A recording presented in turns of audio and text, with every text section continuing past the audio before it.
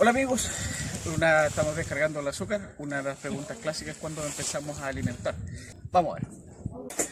Bien, lo primero es que para hacer un plan de manejo de preparación de invernada hay que entender que hay algunos apicultores que cuando mostramos ese azúcar como está ahí, se le eriza la piel y cuestionan la aplicación de azúcar.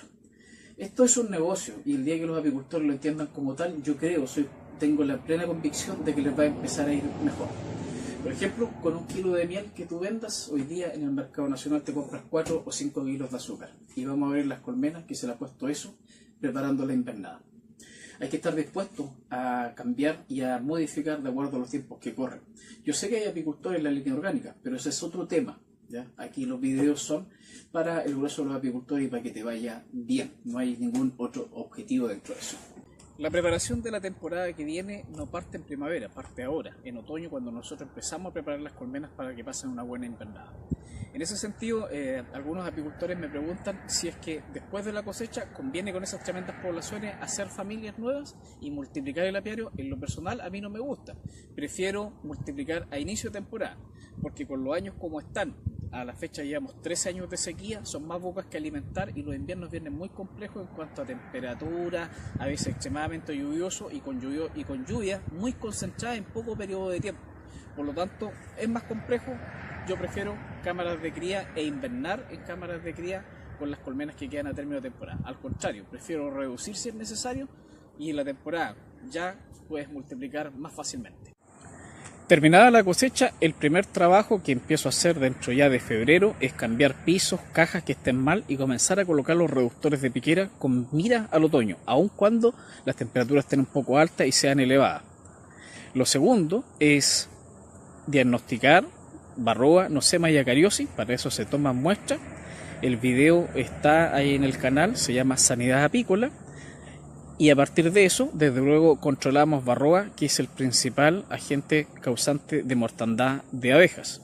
Y en base a eso, nos evitamos problemas como las avispas, chaquetas amarillas, llamadas comúnmente, y algunos otros problemas que somos buenos para echarle la culpa. Una población grande prefiero que esté concentrada, en vez de dividirla, transformar ese azúcar en alimento, una pseudo miel para pasar el invierno.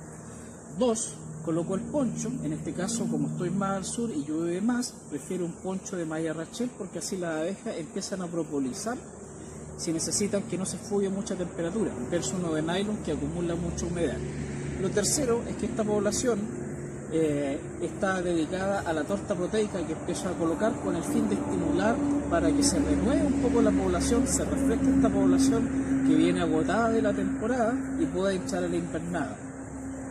Aponchamos con malla Rachel como lo hemos visto en los videos, ahí lo puedes ver en el canal. Partimos con uno con miel, cría y terminamos uno con miel. Y lo hago en forma temprana de tal forma que las abejas puedan concentrarse en ese trabajo. Un buen uso de esa tremenda población es poner jarabe temprano, evitando ponerlo en plena lluvia o fríos invernales. Como lo he explicado también en otros videos, ocupo el sistema del punto. El punto en el techo, si está hacia adelante, quiere decir que la colmena está bastante bien, y si está hacia atrás, quiere decir para esta ocasión que requiere nuevamente más allá de las 6 alimentaciones que hemos dado. Como siempre, donde hay un apicultor, aparecen otros apicultores que desde luego tienen todo el derecho. En febrero yo hago un diagnóstico y en base a eso controlo varroa, nosema o acariosis si es que lo hubiera. En marzo vuelvo a hacer el mismo chequeo y después en mayo, porque entre marzo, abril, mayo nos falta el productor que tiene poca experiencia y que está esperando que a veces alguien le regale el tratamiento. Y eso significa una reinfección a los planteles.